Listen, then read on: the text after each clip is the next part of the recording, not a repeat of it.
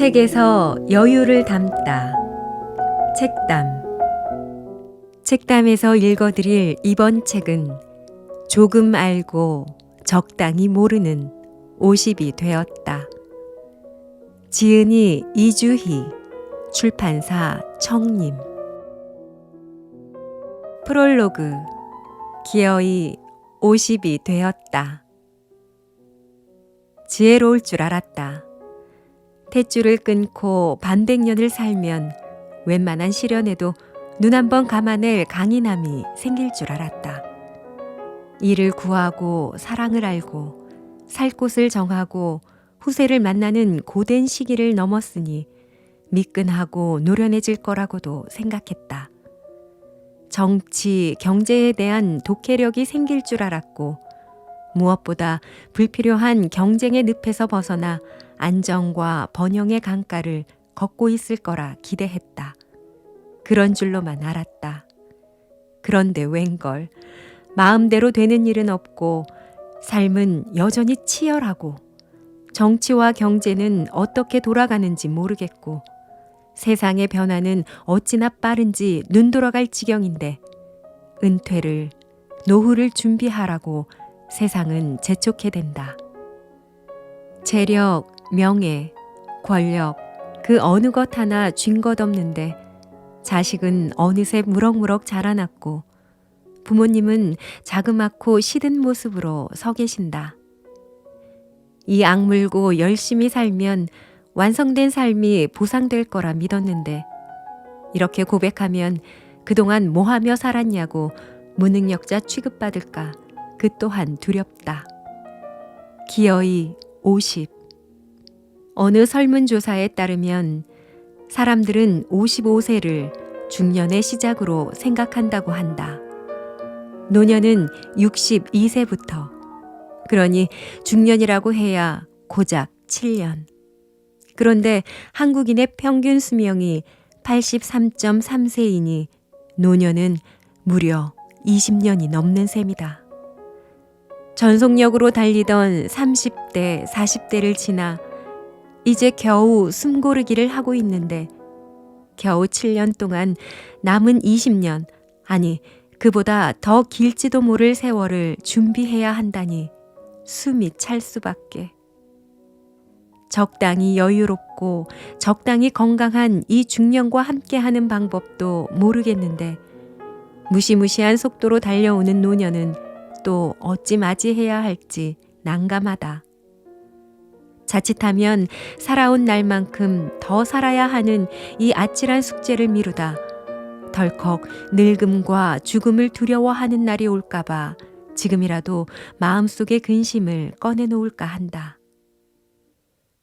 나무가 늙으면 뿌리가 많아지고 사람이 늙으면 말이 많아진다는데 뿌리 없이 입만 바빠지는 것 아닌가 염려스럽지만 지금이라도 개인적인 목표든 공동체의 보편적인 가치든 버리고 채우지 않으면 안 될 것들에 대해 생각해보고 그 가벼움과 무거움을 짚어봐야겠다.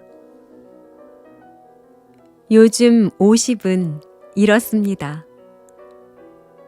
낯선 당신, 혹시 나? 먹고 사는 일에 익숙해질 쯤 불현듯 마주한 나는 낯설다. 삶의 희로애락은 전리품처럼 주름으로 양각되어 있고 피부는 이미 중력에 순응한 지 오래다. 머리칼, 피부에서는 메마른 낙엽처럼 바스락거리는 소리가 나고 다친 자리는 원상복귀도 쉽지 않다. 인생 성숙기에서 노년기로 접어드는 생의 전환기. 그렇다. 내 나이 50의 고개를 넘었다. 노인도 젊은이도 아닌 부르기도 애매하고 행동하기엔 더 애매한 나이 50. 60은 환갑이라는 명확한 이름표가 있고 40대까지는 사회, 경제적 활동을 유지하느라 나이를 셈할 여유도 없다. 그러나 50은 자기 나이로 보이면 기분 나쁘고 자기 나이로 대접받지 못해도 기분 나쁜 분기점이라고 할까? 이런 아이러니라니. 오랜 벗들과 경복궁을 갔다. 한복을 곱게 입고 나들이에 나선 젊은이들과 나이 지긋한 어르신들, 점심 후 휴식을 즐기는 직장인들, 국적도 다양한 외국인들까지 다양한 세대와 인종이 한 프레임에 들어오는 곳, 고궁은 요즘 그런 곳이었다. 할 일 없이 이리저리 눈동냥 하는데 마음에 들어오는 것이 있었다. 젊은이들은 같은 모양의 한복을 입고 있는데도 저마다 다른 얼굴로 보이는 반면 우리는 각자 다른 옷을 입었는데도 모두가 유사한 외모로 보였다. 젊은이들에게서는 개인의 표정이, 우리들에게서는 무리의 분위기가 읽힌다고나 할까? 푸석하고 숱없는 머리 감추려면 뽁을 파마해야 하고 주름과 검버섯 감추려면 덕지덕지 바를 수밖에 없잖아. 게다가 툭 튀어나온 뱃살 숨겨야 하니 비슷한 디자인의 옷을 입어서 그렇지. 여전히 날렵한 차림의 친구가 조목조목 설명을 이어갔다. 이제 우리는 인종, 성별, 나이처럼 큰 묶음으로 구분되는 거야. 한국의 50대 여자, 이름도 필요 없어. 근데 한편으로는 얼마나 다행이니? 젊을 때의 외모 품질과 상관없이 모두가 비슷해지니까 손해보는 장사는 아니지. 친구는 이런 걸 외모 평준화라고 불렀다. 그런 것 같기도 하다. 조심스러워 보이는 젊은이들과 달리 비슷한 외양의 우리는 이유 없이 웃고 거침없이 손뼉치고 쉽게 감탄하고 제법 여유로웠으니까. 미세먼지 없는 하늘과 서늘한 바람, 커피 한 잔에 행복했고 심지어 이런 문화유산을 남긴 조상에도 감사했다. 한때 투덜이 스머프였던 친구마저 감사의 아이콘이 되어 있으니 말이다. 세월이 우리에게 무슨 짓을 한 것일까? 어떤 일에도 행복의 이유를 찾아내는 마법의 힘을 선물한 것일까? 몸의 통증을 앞서 경험한 친구는 요즘은 눈도 안 보이고 귀도 잘 안 들려. 먹는 것마다 체하고 자꾸 깜빡깜빡해. 라며 비극의 대사를 시작하는 나에게 나이가 들면서 눈이 침침한 것은 필요한 것만 보라는 뜻이요. 귀가 잘 안 들리는 것은 필요한 큰 말만 들으라는 것이며 이가 시린 것은 연한 음식 먹고 소화불량 없게 하려 함이고 걸음걸이가 부자연스러운 것은 매사에 조심하고 멀리 가지 말라는 것이며 정신이 깜빡거리는 것은 지나온 세월을 모두 기억하면 정신이 너무 괴로울 테니 좋은 기억, 아름다운 추억만 기억하라는 것이라고 말한 다산 정약용의 목민심서 속 글귀를 꺼내놓았다. 그런 거래 우리가 늙는 이유가. 어허, 그렇다면 우리가 겪고 있는 노화의 이상 신호들은 인생의 문제들을 적극적으로 취사 선택할 수 있는 자격증과도 같은 것이란 말인가? 소설 은교에서 소설가 이적요가 너희의 젊음이 너희의 노력에 의해 얻은 상이 아니듯 내 늙음도 내 잘못으로 얻은 벌이 아니라고 말한 것처럼 낯선 나는 벌이 아니라 훈장일지도 모르겠다는 생각이 든다. 톨스토이가 옳았다. 세월은 나의 젊음을 빼앗아갔지만 수만 가지 이유의 불행도 함께 태워버렸다. 행복의 이유도 단순화시켰다. 젊은 시절 타인의 발전은 내 성장의 디딤돌이었다. 질투로 마음이 이글거렸지만 따라잡아야겠다라는 생각이 나를 한 단계 성장시켰다. 긍정적 신호가 되어준 셈이다. 물론 성공의 척도가 단순했고 누구나 같은 방향을 바라보았으니 가능한 일이었다. 역전의 기회도 원점으로 돌아가 다시 시작할 수 있었던 것 같다. 그러나 결혼을 하고 자식을 낳고 각자 다른 동네에 정착해 살면서부터 성공이란 단어에 여러 의미가 담기기 시작했다. 사회적 지위나 명예, 경제적 윤택뿐 아니라 타인과의 올바른 관계, 좋은 평판, 고든 심성, 가정의 화목과 건강 등 인생의 광범위한 영역 모두가 비교의 대상이 되었다. 노력만으로는 절대 이룰 수 없는 기막힌 운도 필요하다는 걸 알았다. 그 어려운 걸 해낸 사람의 신화 같은 이야기는 불확실한 노후에 대한 걱정, 현실적인 불가능과 비례해 더욱 크게 부풀려져 내 앞까지 날아왔다. 마음이 이글거리다 못해 불타올랐다.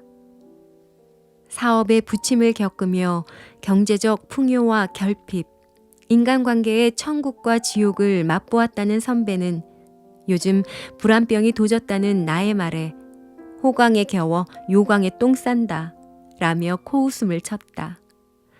우리는 남의 특정한 시기에 특정한 모습만 볼 뿐이야. 다 악마의 편집이지. 남이 가마 타더라도 내 형편에 따라 당나귀 타면 그만인데 가마 탄 사람 쳐다보다 당나귀 감사한 줄 모르고 잡아먹고 후회하는 게 인생이야. 나처럼 가마 타다가 당나귀 타보면 알게 돼. 뭐 그러라고 고사 지낼 수는 없지만. 선배는 간단히 먹은 식사값의 반을 탁자 위에 올려놓고 알바하러 간다며 호련히 사라졌다. 안정적이지만 불안한 나와 달리 선배는 단단해 보였다. 머지않아 인공지능이 노화 유전자를 잘라내 좋기 200살까지 살게 될 거라는데 남의 짤랑이는 돈주머니 소리에 귀 기울이고 불안에 떤다면 남은 생은 지옥처럼 살게 될 텐데 불안이 커져 공포가 되기 전에 그 변이를 잘라내야겠다. 가만 생각해보니 범인 하나가 떠오른다. 평생 나와 함께 해온 센 척, 착한 척, 똑똑한 척, 너그러운 척, 고상한 척, 현명한 척 등 다양한 종류의 척들이다. 상대평가는 늘 우리를 불행하게 했다. 학교에서도 사회에서도 그랬다. 남을 기준으로 나를 평가하는 데만 50년을 보낸 후유증으로 여전히 남의 소식에 귀 기울이는 데 익숙하고 그 결과로 쉽게 절망하겠지만 이제부터는 내 소나기에 있는 보물부터 살펴야겠다. 알라딘은 램프 속 요정 지니가 약속한 3가지 소원만으로도 세상에서 가장 행복한 사람이 되었다. 내가 가진 셋에 감사하지 못하고 열을 가진 사람을 바라보는 습관 때문에 나는 절대적인 안정을 이뤘으면서도 여전히 빈곤하다고 생각하는 것이었다. 80과 20, 그 사이. 지금의 청춘들은 역사상 가장 치열하게 공부한 세대다. 선택의 기회를 보장받을 수 있는 건 공부밖에 없다는 부모님의 확고한 믿음에 따라 자연스레 공부 기계가 되었다. 그런데 졸업하고 나온 사회에는 일할 자리가 없다. 열심히 공부하면 성공한다는 부모님의 말씀은 공허한 메아리가 되었다. 우리 자식들은 당연히 우리보다 많은 것을 누리고 살 것이라 예측했건만 지금의 청년들은 아버지 세대만큼도 이룰 수 없는 첫 세대라고 한다. 3포 세대, 5포 세대, 7포 세대 같은 웃지 못할 표현은 회피나 나약함의 표현이 아니라 더 이상 노력에 배신당하지 않겠다는 선전포고라는 걸 기성세대들만 모르는 것 같다. 포기하는 게 아니라 모두 자발적 의지로 거부하겠다는 사비운동, 비성관계, 비연애, 비결혼, 비출산은 또 어떤가? 자식 낳고 키우는 일이 이렇게 형벌 같을 줄이야. 자식 키웠던 전생의 기억을 가지고 태어나 자식 낳는 걸 선택할 수 있다면 누가 자식을 낳겠어요? 진한 커피를 마시며 동네 엄마 누군가 그런 얘기를 했던 것 같다. 신은 그래서 전생의 기억을 주지 않은 것이라고 대꾸했던 것도 같고 자식 걱정이 하루 이틀에 끝날 일이 아니라는 것쯤은 이미 여러 번 속아봐서 안다. 젖병 떼면, 병치레 끝나면, 입시 끝나면, 취업하면, 결혼하면 끝나겠지 하는 자기 위로에 지쳐갈 때쯤 자식이 손주를 안고 문지방을 넘어 들어오는 게 자식을 키우는 일이라고 했으니까. 작가이자 투자자인 팀 페리스가 지금 하지 않으면 언제 하겠는가에서 언급한 것처럼 우리는 하나를 이룬 다음 다른 하나를 이루는 식의 직선적인 방식으로 살아서는 아무것도 지킬 수 없다. 돈을 번 다음 건강을 지키려는 계획, 먹고 살만해지면 가족에게 충실하겠다는 다짐은 휴지 조각이나 다름없다. 가족과 건강은 돌하루방처럼 붙박이로 존재하는 무생물이 아니라서 함께 늙고 끊임없이 변화하고 예측 불가능하다. 팀 페리스는 소중한 것들이야말로 몰아서 한꺼번에나 이것만 끝나면이 아니라 동시다발적으로 병렬 처리하면서 살아야 한다고 강조한다. 물론 바쁜 세상을 살아가며 동시에 여러 일을 해내기란 쉽지 않았다. 그러다 보니 자식의 안녕에는 최선을 다하면서 등 뒤에 있는 부모님은 뒷전이 되기 일쑤였다. 부모님이신데 이해해 주시겠지는 다음에는 꼭 잘해야지로 변하고 바쁜데 뭐 그것까지 어떻게 해 같은 핑계로 변해버렸다. 병렬 처리의 목록에서 부모님은 서서히 밀려났던 것 같다. 제각각 꽃 피울 날이 정해져 있거늘 아무리 애타게 부채질한들 매화꽃 필 때 자두꽃이 피지는 않을 터 꽃봉오리 앞에서 시간 보내다 바스락이며 떨어지는 낙엽을 제 손으로 태우고 나서야 등 뒤를 돌아보는 것이 인간의 어리석음인 걸까. 화덕처럼 불타는 자식의 마음은 한 발짝 물러서 찬물 한 잔으로 식혀주고 미지근하게 식은 부모님의 몸부터 따뜻한 음식으로 덮여드리는 것이 옳겠다. 큰일 없이 80살의 부모와 20살의 자식과 50의 내가 함께 봄, 여름, 가을, 겨울을 나는 것만으로도 큰 축복임을 안다면 말이다. 운 하던 대로 묵묵히. 동백이는 어린 시절 엄마에게 버림받고 힘겹게 살아간다. 사랑하는 남자와도 헤어지고 바닷가 시골 마을에서 작은 술집을 운영하며 홀로 아들을 키운다. 아름다운 미혼모 동백이의 등장에 시장 상인들은 텃세를 부린다. 그러던 어느 날 호젓한 마을에 연쇄살인범 까불이가 등장하고 동백이는 연쇄살인의 타깃이 된다. 그러자 동백이에게 까칠했던 동네 상인들과 청년경찰 용식이는 한마음이 되어 동백이를 지켜낸다. 그리하여 동백이와 용식이는 오래오래 행복하게 살았다라는 이야기가 바로 2019년 KBS 연기대상을 휩쓴 드라마 동백꽃 필 무렵의 대략적인 스토리이다. 동백이는 지질이 복도 없고 운이라곤 찾아보려야 찾을 수 없는 팔자를 가졌다.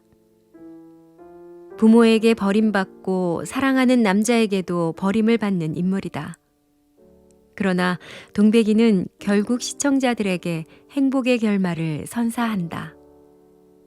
작가는 동백이의 해피엔딩이 아름다운 외모나 억색의 좋은 운 때문이 결코 아니라고 그 흐름 내내 반복해서 말한다.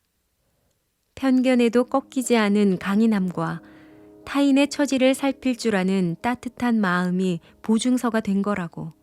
그런 사람은 결국 행복할 자격을 가진다고 동백이를 통해서 천천히 말했다. 세상에는 여전히 뿌린 대로 거둔다라는 원칙이 살아있음을 스릴과 멜로, 휴머니즘이 온통 버무려진 명품 드라마를 통해 시청자들의 마음에 속삭였다. 어쩌면 드라마 작가가 예수님, 부처님보다 한 수 위일지도 모르겠다. 이렇게 마음에 쏙쏙 박히게 가르쳐주니 말이다. 그런데 문제는 노력한다 해도 그것이 반드시 결과로 보답한다고 장담할 수 없다는 거다. 스위스의 정신의학자 폴 트루니에는 고통과 영광은 세트 메뉴가 아니다. 신이 영광을 미리 예정하고 고통을 주는 게 아니라서 고통 후에 나락으로 떨어질지 더 높이 치솟을지는 고통받는 자의 결단에 달렸다라고 말했다. 어떤 순간에도 신이 주는 행운은 장담할 수 없고 인간 스스로의 노력과 인내, 극복에 모든 것이 달렸다는 것이다. 노력 없는 공짜 운은 없고 공들이고 노력해도 보상을 확신할 수 없으니 사는 일은 늘 불확실한 게임의 연속이라고 야박한 결론을 내놓았다. 매번 최선을 다하는데 뒤로 넘어져도 코가 깨지는 사람들. 영화 속 그런 캐릭터를 볼 때마다 설마 소리가 나오지만 현실에서는 그런 말도 안 되는 일이 허다하게 일어난다. 제가 원래 좀 이상한 사람이에요. 평소 하던 대로만 했던 것뿐인데 놀라운 결과가 있어서 얼떨떨합니다. 한국 영화 기생충은 제92회 아카데미 시상식에서 작품상을 비롯해 감독상, 각본상, 국제 장편 영화상까지 4관왕을 차지했다. 우리나라 역사에 길이길이 기록될 일이다. 수상을 기념하며 봉준호 감독이 직접 쓴 각본과 스토리보드가 책으로 출판되었다. 봉 감독은 영화 제작을 위해 아이디어를 떠올리고 시나리오를 쓰고 스토리보드를 그리고 촬영을 하고 편집과 녹음을 하는 단계들을 꾸준히 7번 반복한 것이 지난 20년간 그의 삶의 전부라고 했다. 앞으로도 변함없이 위의 과정들을 반복할 수만 있다면 삶에서 더 이상 바랄 것이 없다고도 했다. 노력과 행운이 반드시 세트 상품은 아니지만 씨앗과 열매의 관계인 것만은 틀림없는 것 같다. 씨앗도 뿌리지 않고 아름다운 꽃과 탐스러운 열매를 기대할 수 없는 것이다. 그저 우리들 눈에 보이지 않는다고 운이라고 말할 수 있을까? 운이 좋으려면 지금부터 사과나무 밑에서 사과가 떨어지길 기다릴 것이 아니라 어딘가에서 사과 씨앗을 뿌리고 있어야 한다는 얘기다. 죽음, 준비하는 자에겐 선물. 죽은 나를 본다. 영화 식스센스의 반전은 그야말로 소름이었다. 영화의 마지막 장면에서 추운 밤 남편을 그리워하며 누워있는 아내의 입에서는 하얀 입김이 나온다. 그런 아내를 바라보는 브루스 윌리스에겐 입김이 없다. 그리고 또르르 떨어지는 반지. 그는 비로소 깨닫는다. 죽은 자는 바로 자기라는 걸. 밀레니엄을 앞두고 개봉한 식스센스는 마지막 장면 하나로 관객들을 꽁꽁 얼어붙게 만들었다. 예쁜 눈을 가진 아역 배우는 브루스 윌리스에게 말했다. 어떤 유령은 자기가 죽었다는 것조차 몰라요. 유령들은 자기가 보고 싶은 것만 봐요. 예고 없는 죽음은 많은 시간이 흘러도 가족 그리고 자신조차 받아들일 수 없는 것일까? 아내는 생의 온기를 잃은 채 남편과의 결혼식 비디오를 돌려보고 죽은 남편은 그제야 자신의 죽음을 목도한다. 자신의 죽음을 목도한다면 어떨까? 15세기 조선시대 선비들은 자신의 죽음을 바라보며 애도하는 자만시를 짓기도 했다. 대개의 선비들이 타인의 죽음을 애도하는 만시를 썼는데 세조가 단종으로부터 왕위를 뺏을 적 절개를 지킨 생육신 중 한 명인 남효호는 자신이 죽었다는 가정하에 자만시를 썼다. 남효호는 자만시에서 5딸은 아버지를 찾아 울고 아들 하나는 하늘을 부르며 곡을 한다고 무덤 앞에서 애통해하는 자녀들의 모습을 마치 직접 본 듯 생생히 묘사했다. 그러고는 집이 가난하여 술이 넉넉지 못했으며 행실이 더러워서 미치광이로 불렸고 허리가 고다 높은 사람을 노엽게 했으며 신발이 뚫어져 발꿈치가 돌에 채이고 집이 나자 석가래가 이마를 때렸다며 어린 시절의 가난과 살면서 한스러웠던 일을 털어놓았다. 남효호는 이 자만시를 남기고 3년 뒤 세상을 떴다. 나의 죽음을 상상한다면 우선 남은 가족에 대한 걱정과 지난 삶에 대한 반성과 후회, 아쉬움이 클 것이다. 하지만 걱정이나 두려움 이상으로 지금 살아있는 것에 대한 감사함과 남은 살만큼은 더욱 뜻있게 살아보겠다는 의지도 생기지 않을까? 식스센스의 주인공처럼 죽어서도 받아들일 수 없을 정도로 느닷없는 죽음이 되지 않도록 성실하게 죽음을 준비하게 되지 않을까? 그래서일까? 최근에는 남효은의 자만시처럼 자신의 죽음을 미리 상상하고 준비할 수 있는 죽음학이라는 학문이 등장했다.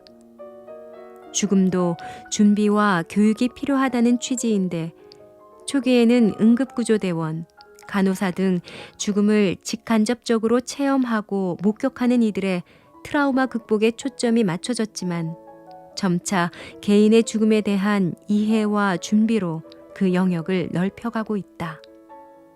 탄생은 자의가 아니었지만 죽음만큼은 나의 태도와 의지를 반영코자 하는 인간의 마지막 노력이라고 할까. 인생 초반은 탄생에 적응하는 시기고 중반은 세상의 것들과 인연을 맺는 시간들이고 이제 내 나이가 되면 조용히 이별을 준비해야지. 어떻게 하면 훌륭하게 죽을 수 있을 것인지가 가장 큰 숙제야. 팔순이 넘은 엄마는 자꾸 잘 죽어야 한다고 말한다.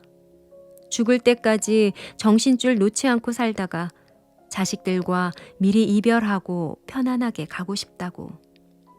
그게 뭐 마음대로 되나? 누군 정신줄 놓고 싶어 놓고, 누군 아프고 싶어 아프고, 누군 이별 인사하고 싶지 않아서 갑자기 가나? 그런 얘기 하지 마시고 좋은 옷 입고 맛있는 음식이나 많이 드셔. 엄마는 아직도 가계부를 쓰고 모든 일을 기록하며 휴대전화를 젊은이보다 더 다양하게 활용하고 누워서라도 팔다리 운동을 빼놓지 않는다. 그게 다 훌륭하게 죽기 위함이라고 했다. 훌륭하게 죽는 건 축복 속에서 태어나는 것만큼이나 중요한 일인가 보다. 아직은 어찌해야 훌륭하게 죽을 수 있을지 잘 모르겠지만 이런 자만시를 미리 써놓는다면 혹시 가능한 일이 될까? 소박한 상차림에 평소 좋아하던 이들이 덜어 다녀갔다. 나의 가족은 때때로 찾아오는 슬픔과 그리움에 눈물 흘리지만 조만간 나의 바람대로 화목한 식탁에 과하지 않은 음식으로 평범한 추억을 나눌 것이다. 위대한 일을 하지는 못했지만 남이 급할 때 문 열어주었고 베푼 것은 잊어도 얻어먹은 것은 잊지 않으려 노력했으니 셈법대로 살았다면 큰 죄책감은 없겠다. 50부터 나의 삶을 기록하여 남긴다. 51에는 자식들로부터 내 마음이 자립하는 데 애썼다. 52에는 새로운 일을 시작했고 두려웠지만 즐거웠다. 53세는 사람들에게 도움이 되는 일을 찾기 시작했다. 이제 나도 훌륭하게 죽는 프로젝트를 시작해볼까 한다. 자만시는 해를 거듭할수록 조금씩 길어지겠지. 의역하면 더없이 잘 살아낼 계획들이 될 것이다.